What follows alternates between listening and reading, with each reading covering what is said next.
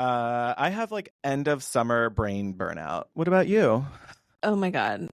Summer is officially over in my household, but yeah, I'm definitely feeling that. I am now, as of when the people are listening to this, a 50-year-old person, which I got my ARP card in the mail to be official. God. Insulting.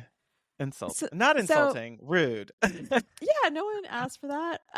But everybody gets them. It's stupid. But I have so much travel and I'm just, I don't know, getting into my scatterbrain life of planning too many things. Doing the most, living life, being frustrated you're doing it, but also wanting to do it. So like all the things are going to be so fun, and seeing my favorite people and seeing the world.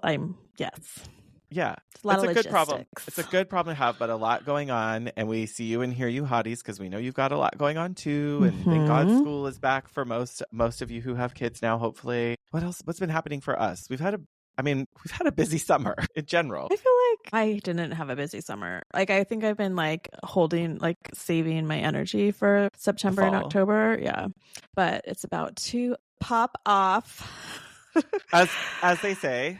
Yes. Well, we are still doing things in Hottie Land.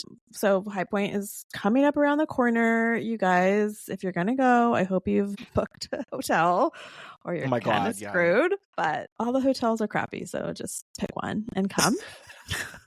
Sorry. Just get there. You don't have to spend all your time in the room. But yeah, we'll be in High Point in October, which will be great. Again, stay linked on our socials. We have some stuff coming up where we'll be sharing about a tour we're going to do on the Saturday morning and a panel on Sunday afternoon. We'll be sharing more. Our Patreon members, our loyal hotties, as we call them, have also had some cool stuff happening lately too. Yeah, and I feel like people are still not totally sure what the whole Patreon deal is, and just I feel like it's smart to touch base on it. So Patreon is a paid membership monthly. It's $10 a month. You get an extra episode that we record on video. So you get to see our beautiful, effervescent, beautiful fresh faces. Face. But we also share our screens when we're talking about stuff that we're looking at, whether it's a proposal or an estimate or a mood board. Or like we've been known to just start pulling up whatever we're in the middle of. So you get a peek at a lot of that. And we're definitely a little bit more transparent about things and a lot of BTS in our lives and work journeys. Yeah, and like how we actually had to solve client issues, and we can say more privately in the Patreon membership with our loyal hottie members that we could on the public show that you all are listening to right now. So if you've ever wanted to sit down and talk with other designers very candidly, or you're missing that sense of community or feeling isolated, that the loyal hotties are there supporting each other. A lot of them are meeting away from our sessions that we do live. Well, so our live sessions are hottie hangouts. We have once a month on Zoom. They're an hour and a half. We do record them. So if you can't make it live, you can always watch them. But yeah, I feel like that was like kind of a thing that creeped up on us of we knew we wanted to have like conversations with real people in real time, but it's become this really fun, like it's like mastermindy. Yeah, and we're able to like, has anyone had problems with this? Who's struggling with this? Or how would you guys approach this fee question that I'm coming up against? And it's sometimes I love just like sitting back and letting the loyal hotties just talk to each other through what they're doing. And we're not leading every part of the conversation. And then we also have a Facebook group that you can get into when you're part of that, which I do love. Like somebody posted the other day that they're posting a specific question there because it's a trusted group. So some of the other groups can get a little, I don't know, nasty. Salty. Yeah. It's true. Yeah, we're really proud of you. Or you're nervous you're going to get torn down by somebody who has a lot of experience and doesn't remember what it's like to be learning and new. So we try to be helpful and make sure that that's the environment we have for each other, and that's the environment we want to create for all of the Hot Young Designers Club, for all the hotties, and our loyal hotties get a little bit of extra time with us. So we've loved being able to get to know you and your businesses a lot more. I think that depth is really what helps make it easier to survive in our world. And so honestly, the Patreons help us survive in this podcast world. Oh, yeah, like literally the Patreon memberships help pay the bills of the show so we can continue to bring you this. if you've watched current news, you saw that like PBS is having funding issues. Our Yep. our network depends on viewers like you, listeners Sesame like you. Street can't do it. Yeah, like wah, wah. But yes, we appreciate it. we do. We do. What else? And then we recently had an episode. We've done a couple hottie hangouts where we talk about different topics. The next one coming up in September is, remind me. September 12th, we'll be discussing freight and receiving warehouses. And when we say that, it's just like that's the topic of the coffee talk. Like we're just we start that, and that's like wherever it goes. So maybe you want a little more explanation. Maybe you want to know if your warehouse is a good deal or doing the least or whatever. Like what can I ask or expect them to do? How much they're are all you different, guys tipping? And like it's nice to get like a gut check from designers around the country. So I think so. I agree. So that'll be a fun one. There's still time to join. If you're listening to this right now when it comes out at the end of August, there's still time to join our Patreon and become a loyal hottie. It's patreon.com/HYDC. We tell you more about what to expect in there. I will just say upfront, there's a free level where it only gives you access to a couple of exclusive episodes that we've had in the past, some of like the big hitters. That one, that's all you see in there. So fair warning, you're not joining Hottie Hangouts if you join the free level membership. It's the $10 monthly membership where you get access to the live content and you don't just see 3 preview things that are in there. So yeah. Great. Well, let's get on with the show. Let's do it. This episode is brought to you by Sortly. If you're growing your interior design business, then you know tracking inventory across projects, warehouses, and team members can slow you down. That's where Sortly comes in. Sortly helps you manage furniture, decor, and materials effortlessly from any device, anywhere. Simplify your installs with barcode scanning and real-time updates, making it easy to export details for client proposals.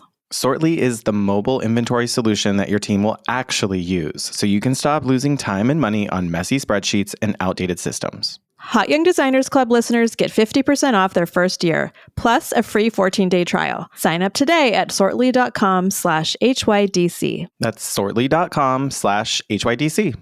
Welcome to the Hot Young Designers Club podcast. I'm Rebecca Plum, your big sister. And I'm Shaun Surha, your GBF. We're not that hot or that young, but we believe it's a state of mind that helps us build adaptable and profitable businesses. We rely on the support of our design besties to get through each day. So let's explore the emotional, practical, and humorous sides of being interior designers. Welcome to the club. Hey, Shaun. What's up, Rebecca? Not a lot. Summer's dwindling.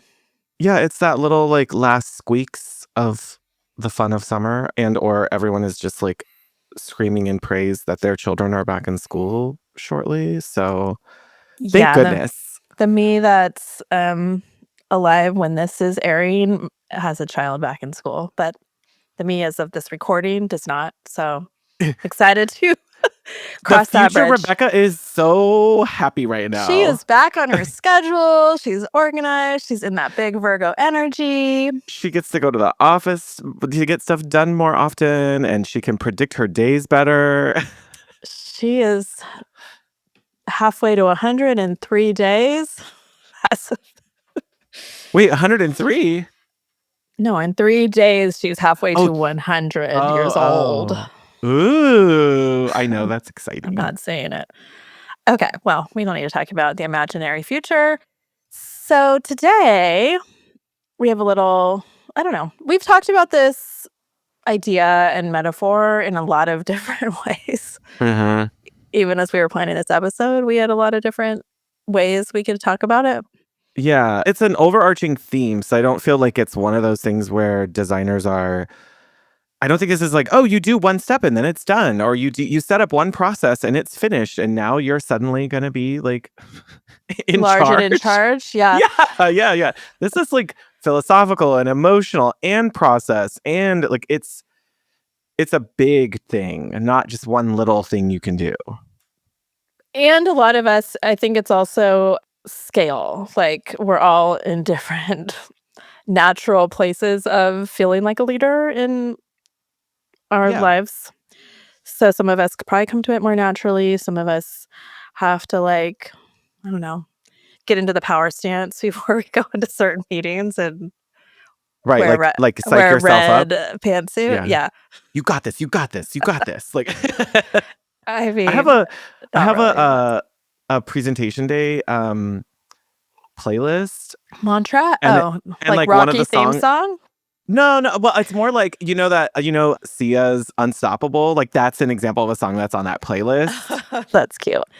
And honestly, still like Who Run the World by Beyonce. Like like that is a good nothing girl. will make you feel more empowered by getting your diva energy into you a little bit. And then you go into that presentation and you're like, nothing will stop me. I own everything. Like Yeah, I mean, there's definitely like strategies, and I don't feel like presentation wise, it's like always different. It depends on the client. It depends on how confident I feel in the design, or if I'm like pushing boundaries and I don't know how a client's gonna feel. yeah. That's always different.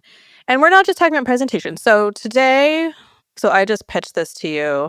I've been on this girls rewatch binge, which if you guys have never seen it, watch it, and it holds up. It's hilarious still, but also funny like how far from that life I am. But anyway, Colin Quinn plays this amazing like wise character, and he tells Shoshana when she's trying to figure out what to do that she needs to be the walker, not the dog. And that was just like so funny to me, but also like, yeah.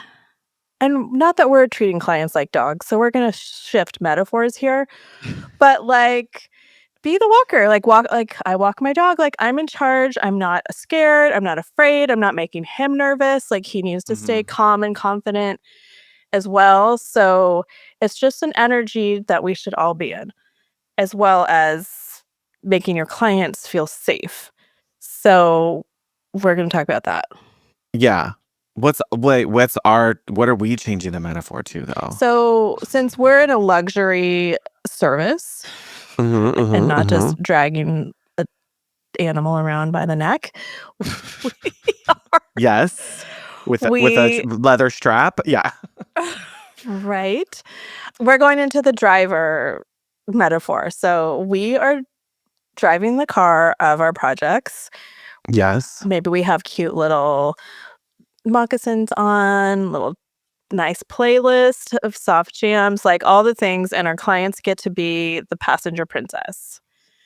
They shouldn't have to worry about where we're going. They shouldn't have to be looking at the map.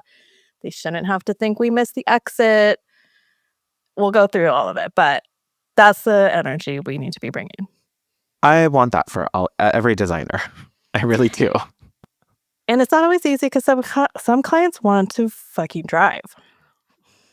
I mean, we've all had that friend who always has something to say sitting next to you, and you're like, damn, girl, do you just want, like, we'll switch out at the next intersection. Let's, like, do you want take the wheel? Like, yeah. Go ahead, Jesus, then. take the wheel. I mean, sometimes we need Jesus to take the wheel. Yeah. Jesus, I'm going to need you to drive for this next leg of our road trip. None of us are okay with it. Yeah, the client's not good. I'm not good. The contractor's not good. We're just going to need Jesus for a few minutes. You're going to drive for a little bit, and we're all going to take naps. Hands are off. Okay, well, so, yeah, let's talk about how we can do this. So, have you had an experience where you felt like you somehow got into the passenger seat and the 100. client started driving? 100%. Last year, I had those 2 construction projects, and one of them, I don't know that I can break down exactly where it happened, but where I was doing finishes only, like hard surfaces, material specifications, that kind of stuff, and updating some of the lighting plans. Like they already had permits, and construction was already started when I got brought into those 2, which is less than ideal. I think that set the wrong tone, like immediately. Like, oh, I'm already sitting in the back seat, and other people by default ended up driving at the first leg of the tour. Right. You were like the hiker that jumped in the back and like, guys. Yeah. Like, oh, I'm going to the same place you are. Like, your house is finished and beautifully designed, but how can I help? Like, yeah. Like, you guys already went to Buc-ee's without me. So, like, where are we? Like, yeah. So like one of those I regained that, and I'm actually doing some other smaller scope work for that family now. That I'm grateful because I really love them. They're very sweet, and we knew there would be future layers and phases for some of the stuff they were doing in their home. But the other one that I had last year, this was like summer of last year.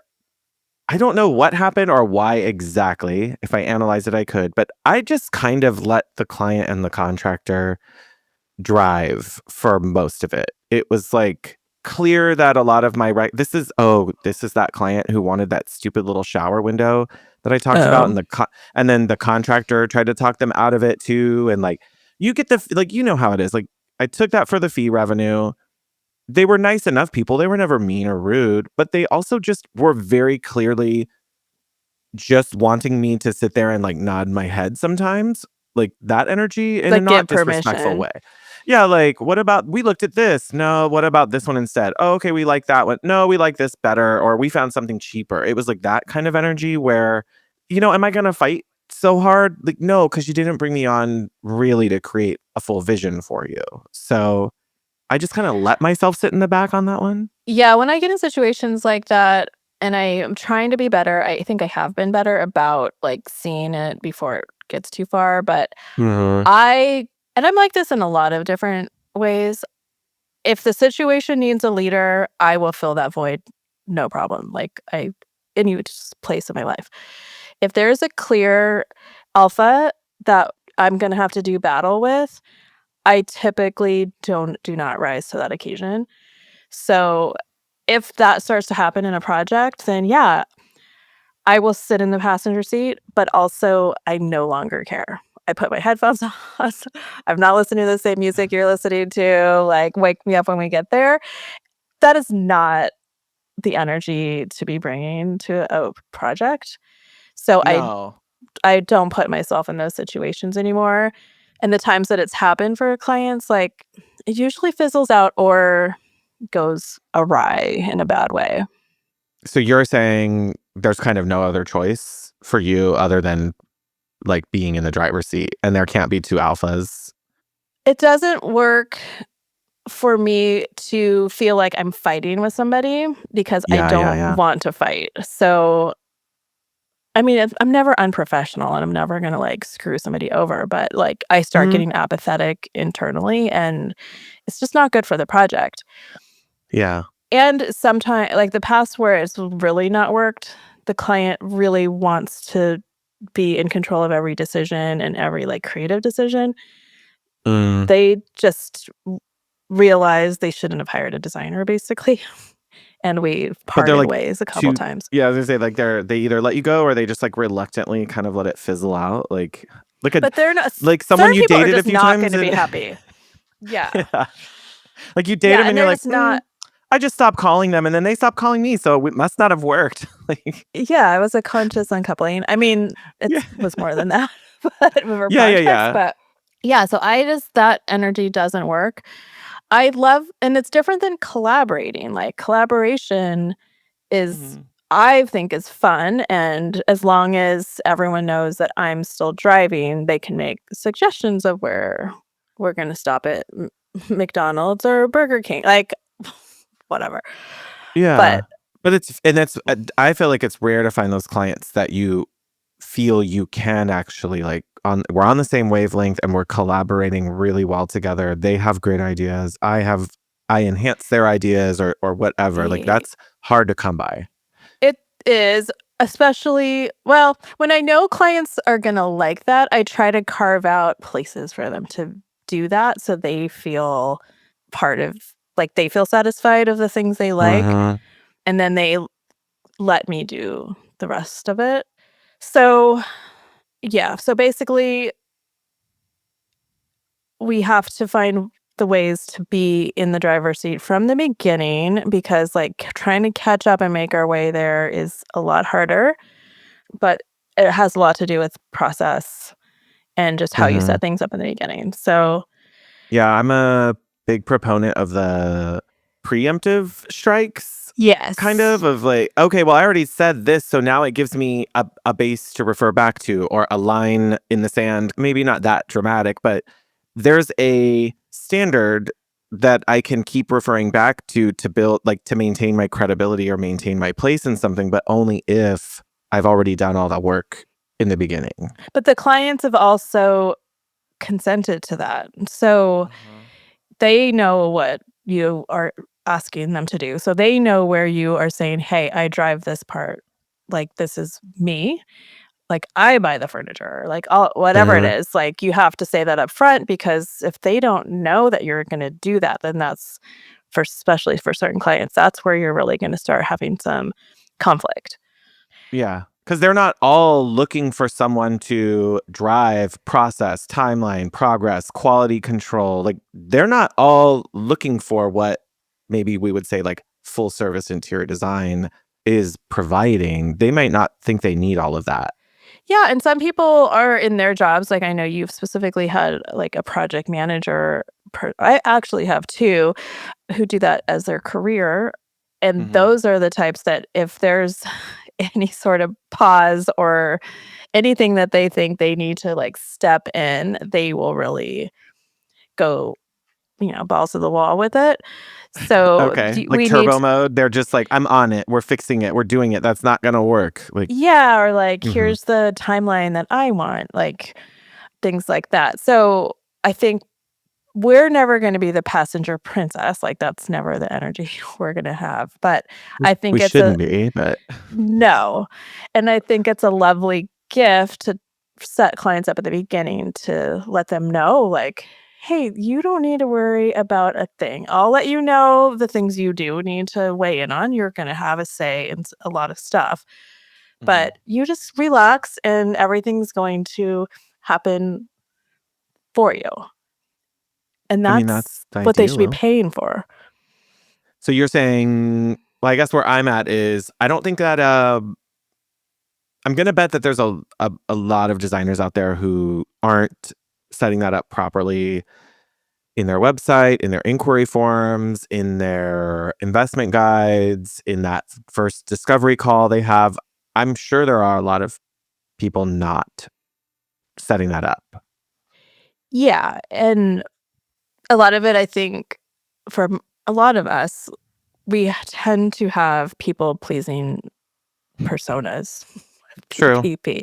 That's partly why we go into the service industry, like, we do want to help, and, like, that is something that's also a huge asset to us in our work, but we have to be careful that we're not the client isn't always right. No shit. Yeah. I mean, and it's just that fine line of, like, it's their house, their money, like, they should be happy, but it's just trying to build that trust from the beginning. Yeah. One of the things that this just like reminded me of, it's like after a while, my discovery calls kind of become not formulaic, but like there is a outline that I'm following to try to get information or uncover things and also like relay important details. And one of them is that sort of like, why are you looking for a designer is a common question I ask there, which is like, why me now kind of thought, because that might reveal their motivations and whether I'm actually going to be able to or want to do that for them. But the other component I bring up during those always is a question that's on my list is more about, are you going to be able to handle when my expertise and my professional opinion is in conflict with where you're coming from, and how are you going to respond? And some people are like, no, I want you to tell me no. Like, I keep making mistakes. I've bought the wrong thing. I'm tired of this. Like, I'm in my own way. That's great when they align with that. But other people, they're like, you get well, I just want to be able to like throw out ideas and say, I'm like, oh girl, no, we ain't doing throw out ideas. Like, I'm not your Pinterest passenger princess. Like, Well, to me, it depends on when those ideas are being thrown around. Like, are we in just full 4 weeks discovery in. mode? Yeah, or have we already demoed? Like, it's not God, the time yeah. for ideas, or We're like done. Yeah. plans are set. Like, we're not taking any more ideas right now. The idea box I'm has so been sorry the closed. kitchen just closed, but the bar's still open. Exactly. So, as far as having a clear process, because that is the biggest part of that, of all of this, I think, is because if you have a clear process that you communicate to a client up front, then they are signing, again, they're co-signing and they're like, okay, me and my personality and my various issues can handle Mhm. what you're saying. So, what do you think those like process points really are? Like, not the specifics of the process necessarily, but What are things that are part of that help you keep the ownership and stay in the driver's seat? yeah. I mean, mm, I feel like for clients, the first thing is to like, you have to be demonstrating that you have the expertise and knowledge that your website or whatever they're coming into first or where they're finding you, whether it's Instagram or something, needs to show that you are like, oh, wait, there's stuff this person knows that I don't, or there's Yeah. skill level that they have that I don't. And it's a unique potential client who comes to you who's going to think they can do it all on their own. Yeah, people who represent themselves in a murder case. Yeah, yeah. Like, it's basically that. Yeah, and so I think that it's part of it is like being able to show and demonstrate your credibility and expertise somewhere is part of the process. So whether you're doing that on your website or with materials you're giving to clients, or if it's how you show up on social media, this is a ambiguous thing that you kind of have to show up front a little bit of why they should trust you. That's a good point because it's also a filtering process. Because if you demonstrate in your public places that you have a process that you have to have clients follow, like even if you're not in detail of what it is, that's going to probably have people who wouldn't want that, who want just an order taker, like they're going to Yeah. move on. Like, oh, they're not telling me what to do. I want to tell them what to do. So this isn't a good fit. And they wouldn't hopefully even reach out.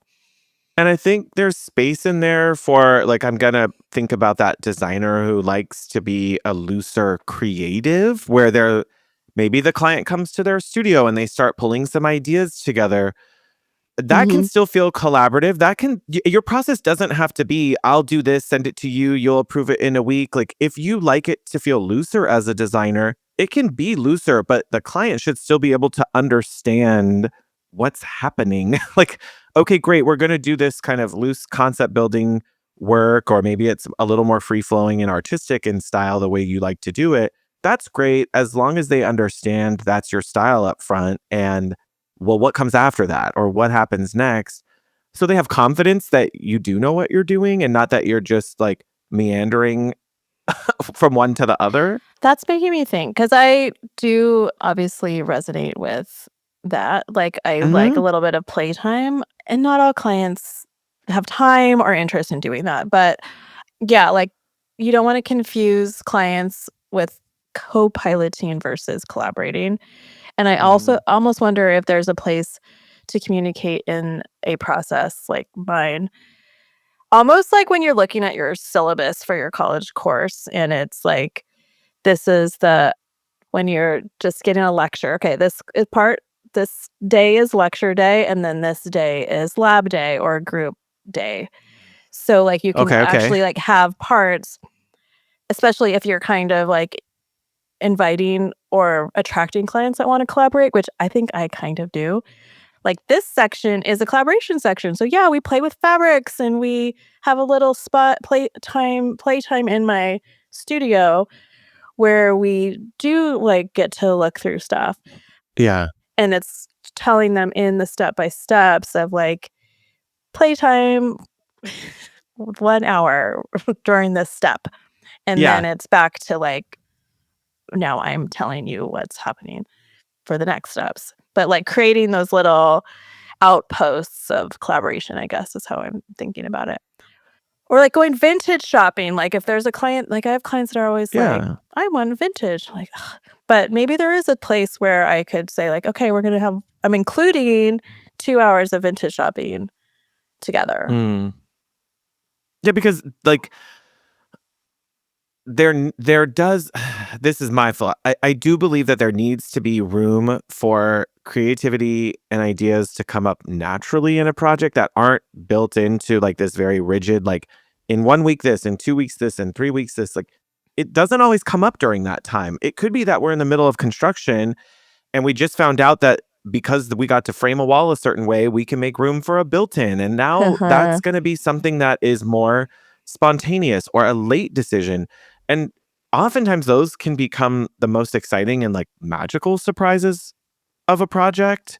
And we lose out on that if it's too rigid or if we don't have room for anyone to bring like a last minute creative boundary, but like, or creative idea, I should say. But clients need to know, hey, this could probably happen, because then they're not worried. They're like, oh yeah, you could stay in the driver's seat. You told me that was happening. So I know you know how to drive us through this part of what we're doing. Right. And show me.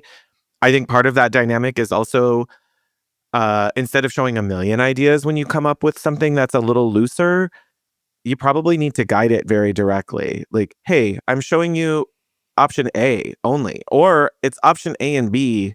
Which rabbit hole are we going down? And that's also part of that maintaining control is, hey guys, we're at an intersection. I can go left or right. We'll get to the same place. Like, do you have a preference or not? And if not, you pick the direction. Like give them a choose your own adventure, like spots. But like limited, right? It's like there's not 16 like ways to design the built-in. No, but like in a choose your own adventure book, those turn to X page, that wasn't on every single page. Like it was correct certain milestones in the book where then we choose the next chapter. So yeah, I think it is still in our ownership.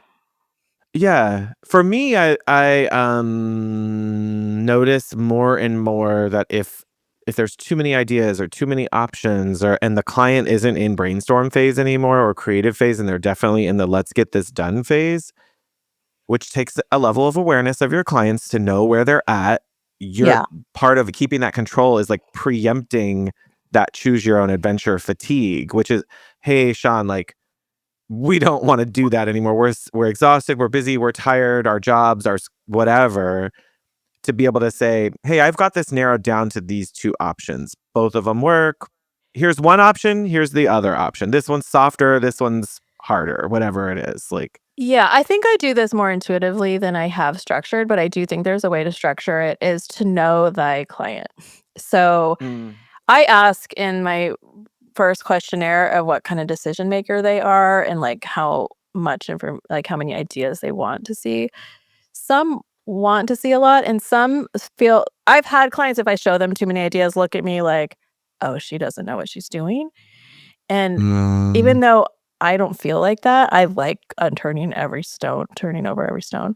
Some clients start feeling very out of control and like scared when there's too much going on because their brains don't work like mine does. So you just have to know that. Like if a client's like, give me two choices, A or B, or show me what you think is the best. Like the best clients are like that. Like you tell me what the best thing is. I'll give you a thumbs up or thumbs down. Yeah. So what I'm saying is like there could be like I'm almost thinking of it as like a overlay sheet on your process that if a client wants to be more collaborative, you have a place where you can add in these little playground sections that you feel comfortable with as a designer.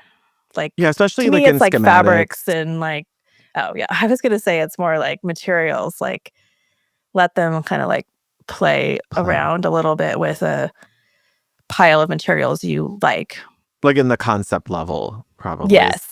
Like, we're not going to like do a whole concept presentation and then go back to playing with fabrics, or at least I don't want to. No. But all before that I'm talking about is before like execution really starts. Yeah. And I've done that we've talked about how we've done that with clients, even in those collaborative phases, like when we're looking at, hey, here's the floor plan view, or here's the general idea of a space plan that I'm working on for your new kitchen or the bathrooms, whatever it is. And I will, at that time, look at the client's wacky floor plans that they made in freaking Microsoft Paint. Like, I'll look at the junk they've done, and then I'll try to put it to scale. And that's the time where we can play and I can go, ooh, that might work. There actually is an idea in here that I might want to build off of for this client. And oftentimes I feel like that level of collaboration does help them stay engaged because you're Trusted. showing them that like, I'm listening to you, I'm looking at what you're doing, but behind the scenes, you're really in control of like, all right, kids, playtime is over. Everybody like, let's do our 5-minute cleanup. And then they're done after that point, and you've Yeah, and I taken it. think you have to say that. Yeah, you're Yeah. right. And you can also like, so right now I'm working with a client who I knew. So we're working on kind of this kitchen, living room, kind of big feasibility of what exactly she can do for the amount of money they have. And I just turn that like, I'm just turning this into I'll sell you 10 hours at a time. This isn't actually like a full project because right now, because I know you want to play. Like she's given me so many just random ideas and try this, move the island here. Or what about a peninsula? And I was okay with that because I knew from the beginning that that's what that was. And now we've set a floor plan that she's happy with and she's going to take out to bid. It may not go anywhere else from there, and that's fine. Or if she does come back like, hey, we're moving forward, here's what we're doing, then I'm like, okay, now playtime. Yeah, like you're saying, playtime's over. Now here's the step-by-step process of how the finishes and the rest of the process will go. Yeah. Well, I wouldn't do that for every project, but I'm just saying I knew she wanted to. Yeah, there's like a couple. There's only a few people that you're like, I can handle this, and I'm okay sort of playing that weird role in between, or sometimes passenger, sometimes this. And I will fully acknowledge every designer. Hey, we have all had projects like that. I continue to have some where I'm like, you know what? I like the person. The project is going to be me, but I'm gonna cover my lease. Like my office is covered with this. Like I'm fine with that right now. For that client, if I had just tried to sign her on for like a typical full service proposal, she would have driven me crazy with all those changes because Right. I wasn't signing up to play. Like I wanted to give her my best ideas in a presentation format. Like it wouldn't have worked. So I don't know. Like either you should say no to something like that or find a like way that you can carve out and just make it clear what we're doing here, which I made it clear. Like you have I'm charging hourly. We can just play around to come up with the best idea because I know she wanted to see a lot of iterations. Yeah. I think there's some kind of correlation between like not using confident language, and some of this is personal. Like this is where we get into the like, how are you as a person type of stuff. Is I predominantly think that most people who struggle to stay in the driver's seat are probably, if they look at their language and the way they present things and the way they say things, are probably giving subtle cues in their language and word choices that this is somewhat tentative or it's negotiable, and they don't even have to use that word. Like this is totally up to you. Like that to me is an example of very non-confident language. If you are a designer and you think you're getting paid for that, and just saying to the client up front, here's what I think this sofa is going to look great, but totally up to you. You've already unsold the thing you said. And there are little things like that are showing up. I hear it from tons of designers. I read it in the way they write their questions in Facebook groups. It's this tentative language. It's this like fear that's holding them back. It's the maybe playing small. Like I think there's a whole lot of there's a lot of this. So I'm not quite sure how to place that in this topic. It's also being nervous to stand behind your own opinions. Which I relate to that sometimes, and I've had to check myself a lot because if you don't come back with a opinion when a client looks to you for one, then you just lost like their trust because they came to you as an expert. So like have an opinion, even if it's not the way it ends up going, just have one so they know that you are confident and can drive. Yes. Yeah, I have a project right now where some of this has been playing out, and the reason why it was fresh in my mind about this idea of like confident language or that is because I picked up on where this client is in her project, and her contractor is there just trying to get stuff done. Like they're at the like final stretch of this remodel.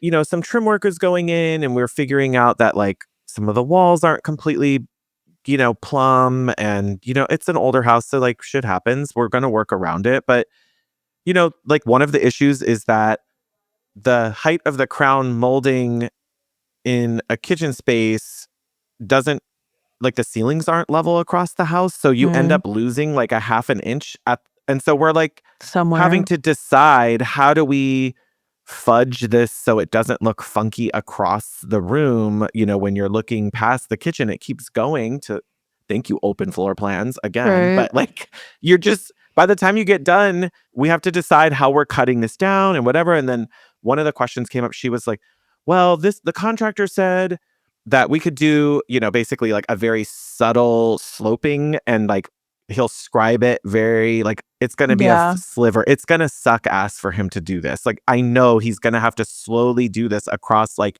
8+ feet. He's going to have to do it. So it's very hard to see to the naked eye. Yeah. And he said that. And then he said, or we could just get rid of the trim. And the client was like, do you think we should get rid of the trim? And I said, absolutely not, period. That's all I sent back. Was just, no. Like, and I felt like the power in sending a very short response that is concise and clear and not tentative and not a, you can do what you want. Because the truth is, the client, in parenthesis, already knows that whenever I say anything to them, they are a human being with free will. They can always choose to do what they want. I do not need to keep pointing that out to them. That's not my job anymore. Like, your CPA says, no, you can't write that off. And if you do, you might get audited. And then you decide if you want to try it anyway. Yeah. And they just release themselves from liability. Well, and if they really are not sure, then they could come back to you and be like, okay, can you tell me like the pros and cons, or why? Yeah. Like, explain it to me. So clear? Yeah. And I think what I struggle with, or I'm being better about this, is not necessarily things like that, but things like, should we do a green couch or a blue couch? I'm like, I can make either one work, you know, like, I don't care. I really don't. Yeah. Typically, like, especially green and blue, they're like the same kind of to me. So, and I'm just very much like, give me something and I'll make it work kind of a person. Like, I love that challenge. Yeah. But clients don't want you to say that. So pick one. Like, so I just have to force myself, I'm going to pick one. Yeah. Like this is the best option. Yeah. I want them to know that I am helping them. I'm guiding them, you know? Mm-hmm. Yeah. I will literally say to clients now, I'll say, I feel very confident in this decision. Yeah. If that's all. Some of it's cheerleading and like pumping them up and like, I think you're going to love excited. This. Yeah. Like, that's confident language. You're not faking that. If you really don't believe in it, then you would say, look, I have some concerns. I'm not sure which one is the best solution yet. Give me a day. Like, let me think about whatever. It's okay to say that because that's also confident. You're saying, I don't want to just throw something stupid at you. Let me use my expertise. That's still confidence. It's saying, I know enough about my business that if I rush this decision for you, I might make a mistake. Yeah. It takes a lot of confidence to know that. Totally. Yeah. I guess it's also, I'm thinking more on like the finish level again, but clients are sometimes scared and they can't envision possibly where this is headed, but they want to be pushed. Like those are the ones that I like to work with, obviously.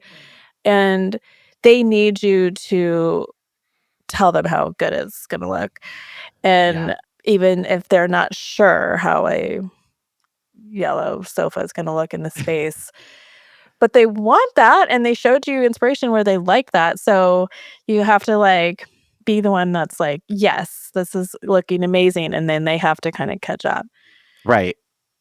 It's like once you show weakness, they can smell it in the water. Like or they start getting the ick. Like Yeah, the ick is like you got to keep that at bay. It's a different feeling than ick in the house, but Uh-huh. it's like you can't let those like doubt things start creeping in. Like just don't Yes. even let them. Don't fuel it for them. No. If you put some logs on the fire for it, they're going to have a big ass bonfire real quick because they're going to keep adding also. Yeah. You can't take yours out after that. It's already on fire. Like you already did it.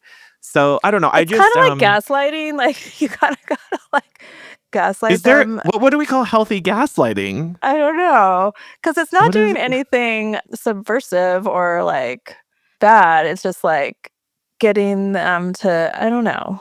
It's like if somebody's trying to push their personal style, it's gonna feel weird at first, but you need like the friends in the dressing room with you to be like, I was just no, thinking girl, that. that your butt looks so good in that, like whatever Yeah, it yeah. is, like You and can't see yourself clearly. no, and it's not comfortable to you yet. But then after you start getting that positive attention or like interaction and you're comfortable, Mhm. then you're like, actually, they were right. I don't need to be a sloppy Susan anymore. Sloppy Susan.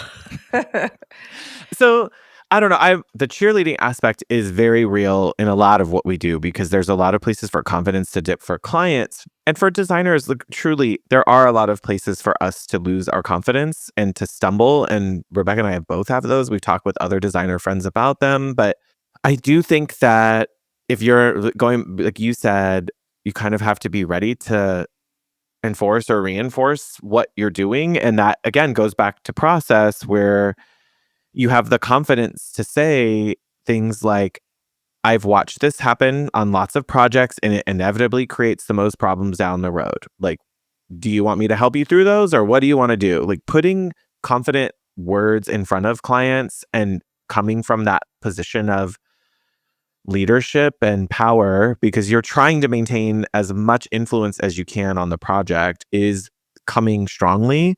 And another common theme that this actually just came up separately for us is there's too much justifying and explaining and like a lot of time is being spent on explaining ourselves to vendors, explaining ourselves to clients. And I'm sorry, but like, I guess I'm like also very tired of feeling like I have to justify and explain every little thing it's lost energy. And I get so frustrated thinking about I'm trying to be one of those, this is my new leaf, my post-divorce era is I don't need to write long replies to everything. I don't owe long, like when clients are like, oh, I don't know, what do you think about this? And it's a 4-paragraph email. And then no, I don't need to say all the stuff. I just need to say the one thing. Okay, sounds like we'll pull a reselect for the bathroom floors. I don't need to answer all your 80 different No. points about why you didn't like the first one. I need to acknowledge you and tell you the Next next step. thing or why I don't agree and then put it right back to you. Great, let's move ahead. Or do you want to approve this? It needs to be more concise. And I only say that because you'll see that in positions of power and leadership is that they don't need to explain themselves. They're in charge. Like you can Yeah. respectfully inform people, but you already have picked the decision. You have already come to a conclusion, and that's what keeps projects moving swiftly. Or it's inflammatory. Like if I get an email Just make it that's worse. like a double swipe, like if I swipe twice Oh, to like get to the yeah. bottom of it, God. you're like, holy shit, what is this? And Yes. it's either like complaint train or yeah, someone's justifying and should have been a meeting, like if somebody says I don't like this and I'm gonna, I don't know, fight the decision, I typically want to do that in person or in a Zoom meeting or something because I feel like I can Yeah. explain it better. And tone is like so easily misconstrued. Like I don't want 100%. to start shooting across the bow back and forth through email like that. Never good. I So will like sometimes always. it should have been a meeting. It's not just an email. Like it's opposite. Oh, I will. Sometimes. I'm definite. Or And phone that's call. something that. Yeah, I will and this was just how my banking career was that often concepts or things were either too complex or sensitive or confidential or otherwise, that we really were trained that to identify something when we were communicating with clients or other employees about something, where if that email comes back and you're like, ooh, there's way more here than just, nope, we're not going to do it. We're not going to do emails back and forth because then it's a game. So then I'm like, hey, can I call you after 2:00 today?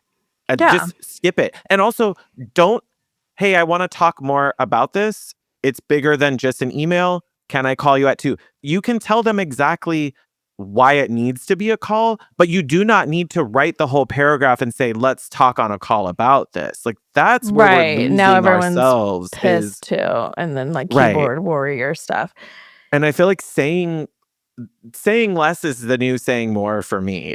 I feel confident in this. I don't see a reason to leave our design direction. I don't agree with what you're recommending. Like, it's okay to just leave exactly that thought and then let people pick up the rest of it, instead of, a lot of us as designers are doing too much, either in an effort to, like you said, keep people happy or make sure that the client doesn't get upset. And so as a result, Maybe we end people up just aren't understanding. Like, you just might not be on the same page. So it's just like, yeah. hey, this is how I feel. We can talk about it at our next meeting. Or that's usually what I try to do too. And also the TLDR of it all. Like, no one has the capacity It's too to read long and things. and I will say this, whenever I get long responses from people, my first thought is, there's many ways it could come across, but one of my first thoughts is, oh, this person also feels like they have to justify everything and explain everything, and They're defensive already. And I will immediately, like, that is one way for me to immediately, like, lose my confidence in someone is, oh my God, is this really that complicated that it needs all this thought and tribulation and trepidation? Probably not. Like, it's just a freaking faucet. Can we just keep this moving? Like, and I think being able to say that to people and go, clients send you a long ass email and you just reply back, hey guys, I really don't know that this needs to be that complicated. Do you want to get on a 15-minute call and finalize this? Like, show your intention is to retake control of the process. Like, hey, I think we've lost whatever. I think we've lost the lead here. I want to bring this back up. We have to make a fast decision because your contractor is waiting or it's delaying your job. When are we doing this? Like, hey, designers, are you feeling isolated? Maybe looking for some more community? That's why we created our Loyal Hottie membership. So for just $10 a month, you get the following. We give you all the real conversations with other designers. Every month, we host a Hottie Hangout live on Zoom. Once a month, me and Shaun do an exclusive episode. This is the less filtered hot tea version of the podcast with video. Yeah, because you need more of that. You do. And we have a private Facebook group that's just for the loyal hotties. It's a safe place where they all connect and share information and resources with each other. You can find it at www.patreon.com/HYDC to sign up. It's okay to be directive to your clients. They need you to guide them through things. You're not being disrespectful. Like, you and I have both seen corporate environments. Many of our clients work in these environments. They don't respond this way at their work. There's something about our industry that has made it seem like we need to be like the softer side of Sears or something. I don't know. Like, well, yeah, and like sometimes clients will start filling that with, like, for the faucet example, here's some more faucets that I found. Like, no, ma'am, you do not need to be on build.com finding faucets. Like, let's fight. Like, the contractor said this valve or whatever won't work. I will show you some options if we need to chat for a second of, what you do and don't like about these things. Like, we can do that, but you don't need to be the one to start again driving. Like, maybe it's just the faucet, but they're still driving when they're doing that. Right. The other keyword I think is proactive. Yes. So this comes up a lot as well. Obviously, like updates and client communications, being proactive. puts you and keeps you in the driver's seat the most, I agree with that. especially with contractors too. Like you can, if there's one that doesn't have if you're working with one that doesn't have admin support or isn't highly technical, like you can definitely lead that process and the clients will look to you first more often if you're the one doing that. Like they need to know you're driving this boat. We're back to, car. We're driving cars here today. I mean, we've done a lot of storytelling in this episode with different analogies and metaphors. It does come back to if you had a concise welcome packet or design decks that show upcoming milestones. Like, I feel like part of our job is to constantly demonstrate that we are anticipating what's next and avoiding problems and telling them it's okay to tell them if we don't decide this now, XYZ will happen. If we delay this, you won't be able to do Y. Like being able to show them the bigger pieces and what's at play, they don't know. So it's reasserting, I know more than you. Like that's why I'm here. Yeah, and something else that I think is important, if there are mistakes or problems, like back to the proactive piece, like be the one to find them and bring them up to the client first if you know about it. Like when you're installing something and like I had a coffee table that I saw this. I mean, obviously most people are doing this, but there's a big scratch in it. Before the client even saw it, like I'm like, hey, I know this is happening. I'm fixing it. Like, let them know. Again, like you're handling it. You're in charge. They don't need to freak out and start like spinning and inspecting every other single thing with a magnifying glass. So you're doing that. I don't know. Anytime. And even if you make a mistake somewhere in the design process or you realize something's not going to fit, like tell them and you have the solution already in your pocket, like in charge and handling, like you're fine. Yeah. That proactivity also reminds me of there were a few early projects where I was just like constantly racing to keep up. And it was, I mean, especially like that first year, like end of 2017, 2018, when I was just getting going. And it was like, oh God, what about the built-in over here? Like my process did not capture a lot of stuff. So I was playing catch up. And that honestly ruins the credibility because clients can feel like, wait, we just reminded you about that built-in last week. And is this really your best idea, a couple days later? Like even that damages the credibility of, well, this is a catch-up idea. And the truth is, we know that as designers, as you build experience, you don't need as long to figure some stuff out anymore. Clients don't necessarily think that. So if you're playing catch up all the time and scrambling, it's going to make it look a little bit haphazard. And they're going to feel that. Even if you think you got everything done on time or before a deadline, they're going to feel like that was kind of rushing around, probably.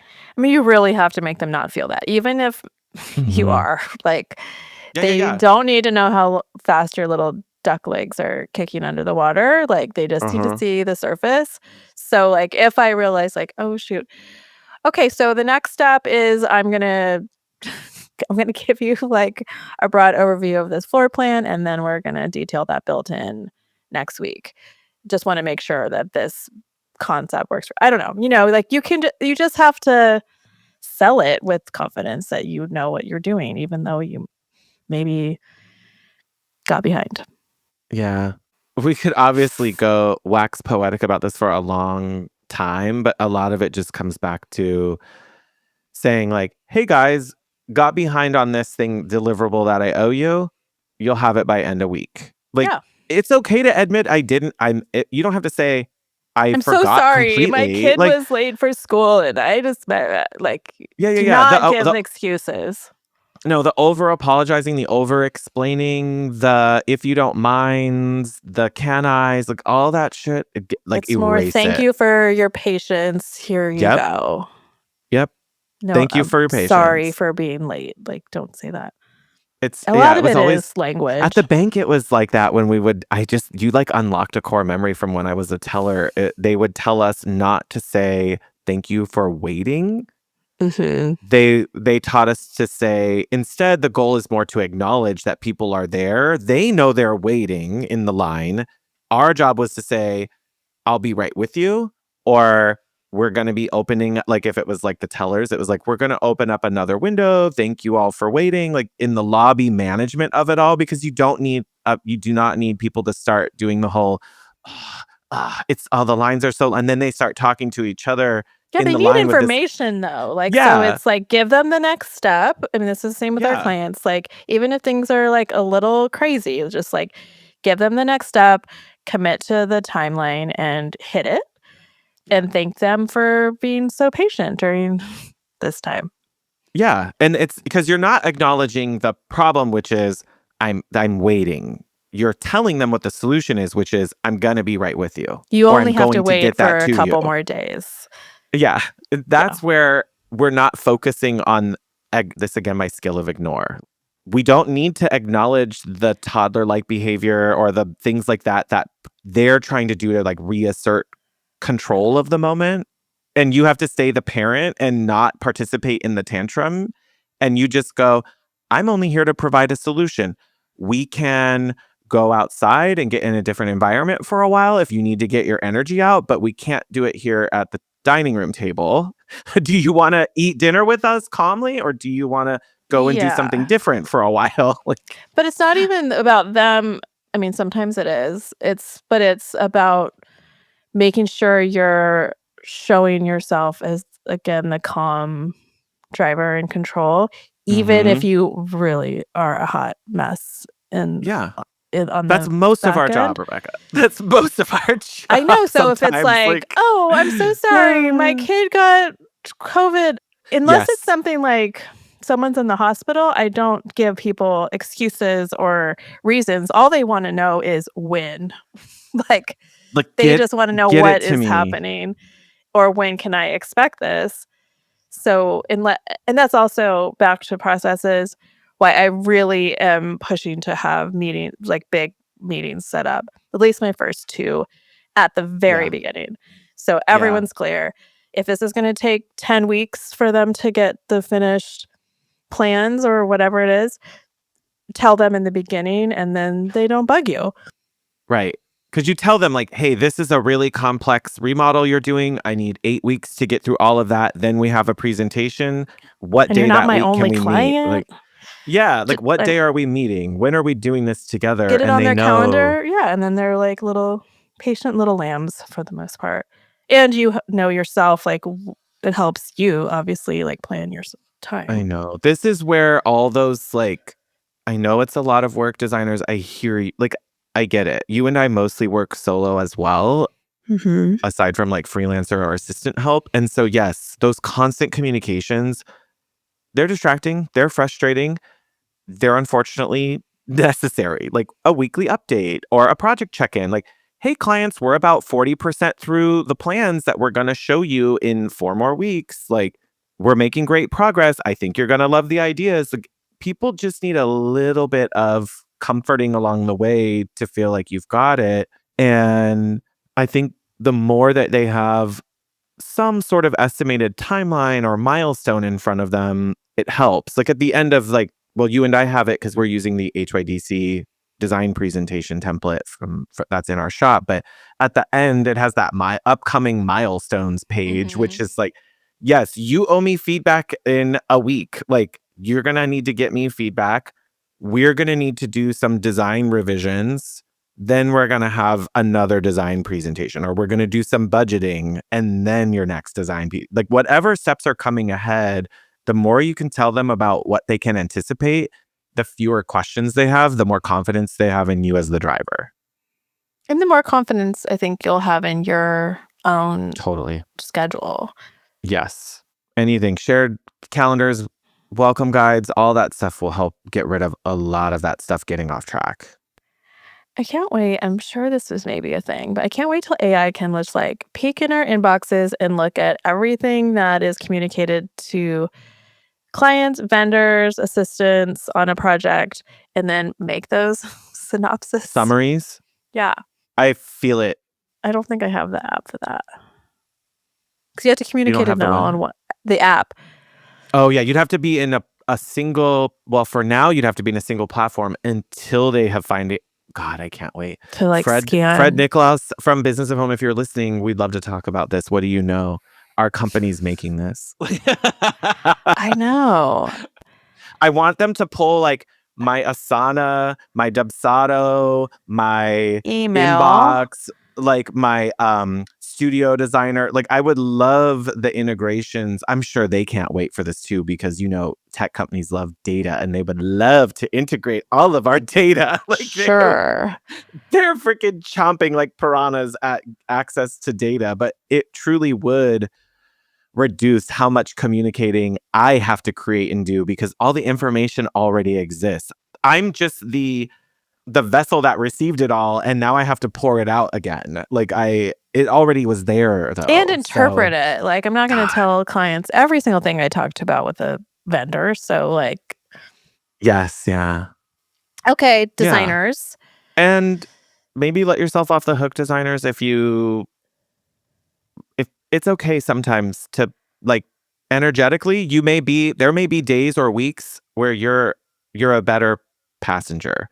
And we've been talking about that in some of our hottie hangouts too with our Patreon subscribers, the loyal hotties, that they're like, I'm just in a time right now where I can't do that. I can't invest that. Like there's a lot going on in my family or with my kids. And then they're like, you can pick different projects. We've had designers tell us like, this is a phase I'm in right now where designer on call is the best place for me to show up. Like I don't designer have on call. time, energy, or space. Not driving like, it. yeah. So that's why you say like, okay, well, for now I need this, or for now I need that, or for now I need an assistant who can fill in more of my gaps for me so I can come back and be the leader when my energy is better. Like that's totally understandable. And no one is making you, if you're the designer of your own business, no one is making you have to do it some way that makes you uncomfortable. Like look at your space, take care of your mental health. If your business is causing the issues, let's figure that out so you can come back and show up and you want to show up in a different way. Or just like make one little change at a time. Like do your little kickoff. When you do your kickoff for a new client, just start with 2 milestone meetings, like whatever it is. Just take it. Like you don't need to reinvent your entire process at once. If you can't, just do one thing. You're motivating me right now because I did a presentation earlier this week with a client. It's a single room furnishing project that I'm working on, furnishing and decorating. They have other rooms, but there were some priority rooms, and this was one of them that they really need to get functional for their family everyday life. And it was like later last night, an email came in with, we talked after I got feedback during the meeting with them, and then they were like, here's a few other things. And it really is just as easy as saying like to that email, thanks for sending this over. I'm going to review. Early next week, I'll either have questions for you or, whatever is going to happen. Like in that case, I said, or I'm going to schedule my next presentation based on this feedback. Because I need to look and review all the stuff now and say, okay, this puts me another week and a half out from the final version or 2 weeks out, whatever it needs to be. I can reply back with that so they know he's got it, he's reviewing it. There is another step coming. And I need to send that email still. I mean, it's still morning for us right now, but it came in yesterday. And that's something where I want to keep them on the hook. So if I've already kind of hooked them into that next step, I need to keep that feeling like it's moving constantly. Yeah. The next step is the big part. Okay. We got, hotties, I think you got it. But also, we would love to hear your passenger princess moments. If you just were like, gave up at some point or didn't mean for it to happen, we always love to hear stories. So in the DMs or on our Patreon, you can leave comments. Or if some of them belong in a just stop if in our bio on Instagram, we have a link in there that you can submit to us your own just stops and record them for us. And you can choose what level of anonymity you want to keep. So maybe you did it to yourself and you want to tell other designers to stop too. Send them our way. We would love to have them, okay? That sounds awesome. And until next time, stay hot, designers. Thanks for listening to the Hot Young Designers Club podcast. For more on what we talked about today, check out the show notes. Your support helps us grow, so share with your design besties. And subscribe and leave a review on Apple Podcasts. Our conversations continue on Instagram. And be sure to download our monthly resources on our website and our Patreon.